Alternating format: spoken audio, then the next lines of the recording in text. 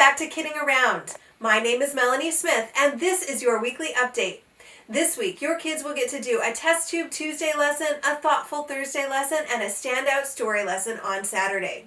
On Tuesday, we'll be talking all about surface tension, and your kids will get to do several fun experiments to see surface tension at work.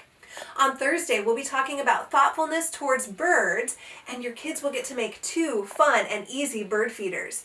And on Saturday, we'll be reading the book Snowman at Work, and your kids will get to make a glow-in-the-dark snowman.